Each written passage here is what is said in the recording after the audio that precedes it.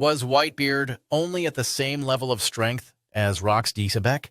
In the latest chapter of the manga, it was revealed by Whitebeard that he already possessed the Gura Gura Nomi 44 years ago, meaning that theory saying it's possible that Whitebeard only ate his devil fruit during the God Valley incident was immediately discarded by Oda. Speaking of Whitebeard, he indeed had doubts about the movements of the Marines, questioning why they were so quick to locate their position. Here, he asked himself if there might be someone leaking their plans. So as per Whitebeard, he was hinting that there was a possible traitor in their group. And this topic is what we will discuss in our next video. Anyway, on the part of Shaki and Silver Axe that we saw acting like cat and dog, we can compare this relationship to Sanji and Zoro, where they dislike each other but still belong to the same group. In other words, it only looks like childish fighting. The only difference maybe is that Shaki and Silver Axe are more extreme in their attacks against each other. We saw that Shaki truly had intent to kill Silver Axe, unlike Sanji and Zoro, where it's only playful bickering. In this panel, Kaido mentioned his interest in a devil fruit power. He said he was jealous of Whitebeard because of the ability of his devil fruit. And Whitebeard gave him advice telling Kaido to really think carefully about what devil fruit he will eat, since that will be his power for his entire life. And we all know that during the God Valley incident, that's where Kaido would obtain his devil fruit, specifically the one that Big Mom snatched from the hands of Ivankov. And as per Big Mom, this was the very reason why Kaido survived the God Valley incident itself. It was because of the power of the Azure Dragon Devil Fruit. So it was made clear by the narrator in this chapter that this era, approximately 44 years ago when the ROX Pirates were complete, was indeed the era of Rox D. Sebec. It was directly stated that although Goldie Roger was still present during this era, Sebec was still above him. That's how terrifying Sebec's character was.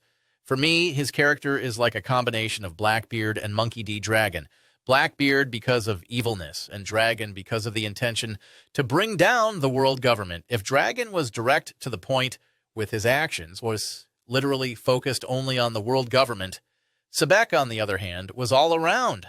He caused chaos in different parts of the world alongside his goal of toppling the world government. That's why it's no longer surprising that this era belonged to him. In the next panel, we then saw the scene of Harald confronting the Cypher Pole agents who were trying to bully his allied country. We weren't able to analyze this part in our full chapter video, but it can be understood why King Harald was deeply triggered by the Cypher Pole agent he was talking to, because really, his face was punch-worthy.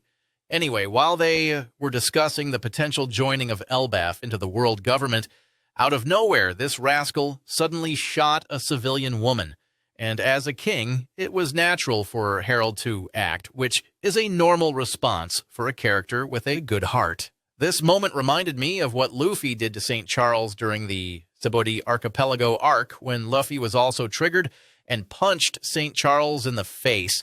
After that, we then saw King Harald with his new haircut. This appearance of his is the one we recognize based on his portrait.